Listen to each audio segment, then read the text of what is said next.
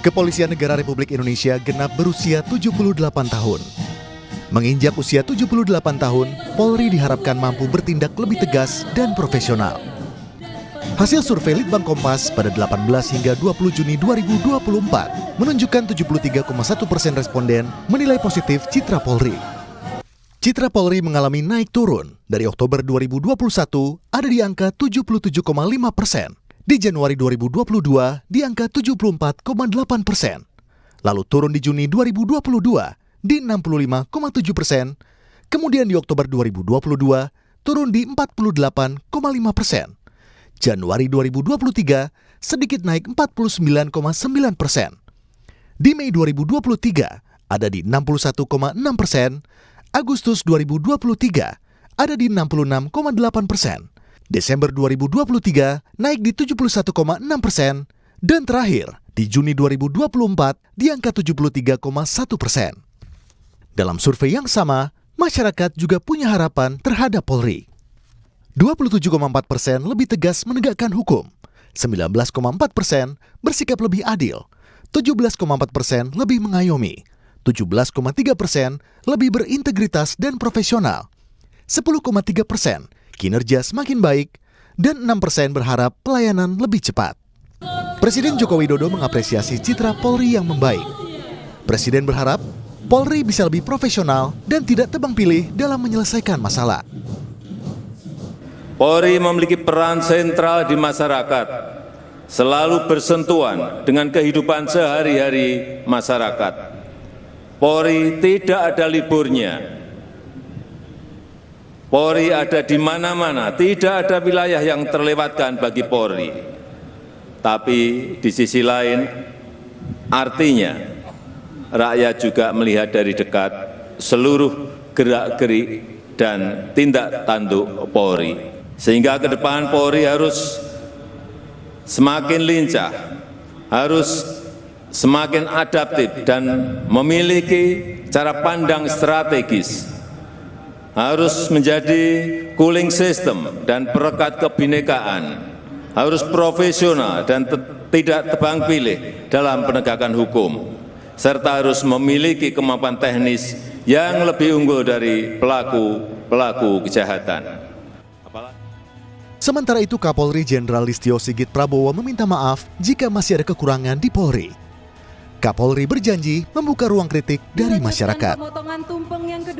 Kami mengucapkan permohonan maaf apabila dalam pelaksanaan tugas masih banyak terdapat kekurangan, dan kami terus berkomitmen untuk membuka ruang kritik, saran, serta aspirasi dalam rangka evaluasi dan perbaikan organisasi, sehingga dapat terus melakukan setapak perubahan demi mewujudkan Polri yang dicintai sesuai harapan masyarakat. Sebagaimana saat ini masih ada sejumlah kasus yang jadi sorotan publik, yaitu kasus kematian Vina, serta kasus Afif Maulana, anak 13 tahun di Sumatera Barat yang diduga tewas disiksa polisi karena terlibat tawuran. Kepolisian diharapkan mampu menyelesaikan sederet kasus hukum dengan transparan dan adil demi mempertahankan citra positif dan kepercayaan masyarakat. Tim Liputan, Kompas TV.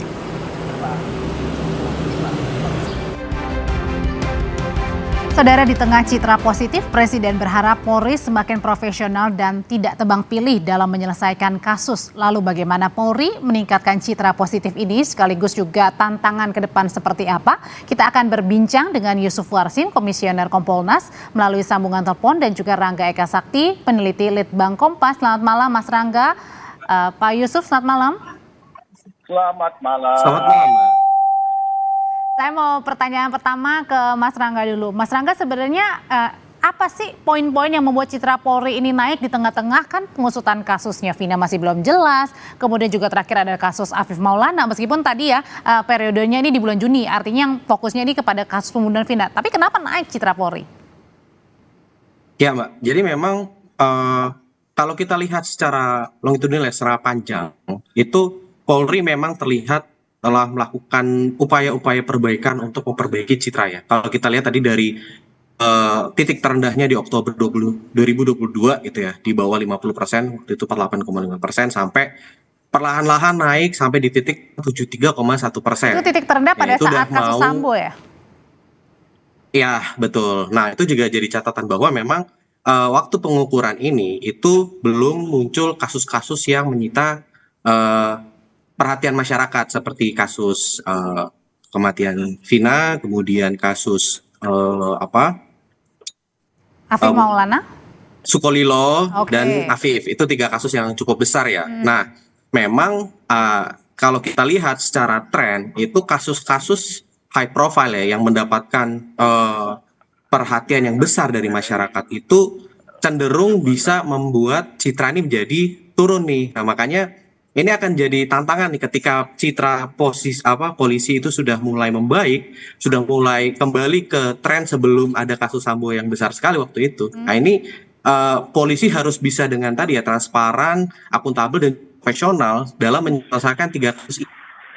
Karena memang aspek-aspek penuntasan kasus hukum, kemudian adanya jaminan soal kepastian hukum ini menjadi salah satu faktor yang akan mempengaruhi citra positif di Oh, masyarakat. jadi kenaikan citra Polri ini dilakukan surveinya sebelum ramai kasus Vina? Iya, Mbak. Ini Oh, berbarengan dengan survei kepemimpinan nasional. Jadi memang waktu itu belum terlalu besar lah perhatian publik di sini. Nah, itu makanya ini bisa jadi parameter lah bagi Polri untuk segera menyelesaikan kasus-kasus itu agar tidak berlarut-larut dan dilakukan secara adil ya. Karena kalau tidak sudah pasti sih sepertinya nanti ke depannya citra ini akan menurun nih kalau masyarakat tuh kemudian tidak puas ya dengan penuntasan kasus-kasus hukum yang menyita perhatian masyarakat. oke. Pak Yusuf, ini hal yang juga menjadi perhatian sekali nggak sih dalam HUT Bayangkara ke-78 kemarin, terutama dalam penuntasan kasus Vina misalnya, terus dugaan penganiayaan yang dialami pelajar Afif Maulana? Ya, dalam 1 tahun hingga menjelang 1 Juli 2024, pada umumnya Polri sendiri tentu kita nilai adil terus di tengah-tengah masyarakat. Sehingga wajar saja kalau ada kepercayaan publik berdasarkan hasil survei Litbang Kompas itu 73% Tentu ini bagus, hanya sementara ini memang Polri sedang dalam sorotan karena terkait dengan kasus-kasus yang memang mendapat perhatian publik, yang dalam 2 bulan ini ada kasus Vina, dan kemudian dalam bulan ini ada mencuat kasus yang ada di Sumatera Barat yang ini tentu bisa berpengaruh pada penurunan, hanya tentu juga bisa tetap mempertahankan nilai kepercayaan yang berdasarkan hasil survei Litbang Kompas itu apabila memang kasus Vina ini dapat dituntaskan dengan baik, dilakukan secara profesional, yang sementara ini dihadapkan tantangan ada keraguan-keraguan publik bahwa Polri dapat bekerja secara profesional, menuntaskan, menangkap yang pelaku yang sesungguhnya yang pada saat dihadapkan keraguan terkait dengan penetapan tersangka Peggy yang sebenarnya ini masih kita tunggu proses pra-peradilannya. Karena masih terus berjalan juga ya. Kalau gitu, Iya. kalau gitu Mas Rangga, sebenarnya pada saat kalau dilihat dari secara luas ya, pada saat waktu itu survei di kasus Sambo menurun, itu lebih kemana sih sebenarnya kalau penurunannya? Apakah karena masyarakat yang pada saat itu turun kepercayaannya, atau turunnya spesifiknya di mana? Ya, jadi kalau kita lihat memang ada beberapa faktor atau aspek lah yang coba kita ukur ya Mbak ya. Ada soal kasus-kasus kekerasan yang dilakukan oleh aparat, jadi itu terkait dengan aspek pelanggaran HAM gitu. Kemudian terkait juga dengan penuntasan kasus hukum. Jadi kalau kita melihat Polri ini, itu yang kita lihat itu adalah salah satu yang utama itu kan menjamin munculnya kepastian hukum. Nah, kalau waktu Sambo itu memang faktor yang mendorong ya, yang mendorong kemudian citra Polri itu sangat drop, sangat jatuh itu memang karena si pelaku itu kan pejabat tinggi ya, yang kemudian menjadi mantan tapi melakukan tindakan yang luar biasa ekstrim gitulah kita bisa bilang. Nah itu menjadi cerminan lah. Tapi kemudian memang di luar itu ya, ketika tadi Polri itu bisa menunjukkan profesionalitasnya, bisa menjamin bahwa kepastian hukum itu ada loh. Meskipun misalnya nih tadi ya sang pelaku itu merupakan petinggi Polri gitu, misalnya jenderal gitu ya. Kemudian tetap ditindak sesuai dengan peraturan perundangan yang berlaku. Itu terbukti Mbak bahwa bisa loh kepercayaan publik itu kembali terbangun. Oh, ada Jadi pada ketegasan intinya di adalah situ ya waktu itu oleh Kapolri juga ya? Ya, betul Mbak. Jadi intinya adalah yang masyarakat harapkan ya dari data yang kita dapat itu muncul adanya kepastian hukum. Kepastian hukum itu muncul ketika kasus itu bisa tuntas secara jelas ya, dilakukan dengan profesional dan adil itu, dan menjamin adanya perlakuan yang sama oleh aparat hukum di semua warga itu, baik dia itu punya posisi maupun tidak. Oke. Nah, dengan itu baru muncul yang namanya kepercayaan publik yang terefleksi dari citra gitu. Nah, kalau ini kan kasusnya berbeda ya. Kalau untuk pembunuhan vina masyarakatnya yang kemudian bertanda tanya besar nih, apakah benar tersangka yang sudah ditetapkan maupun juga terpidananya itu benar pelakunya. Nah, ini gimana cara membuktikannya untuk membuat masyarakat percaya, Pak Yusuf?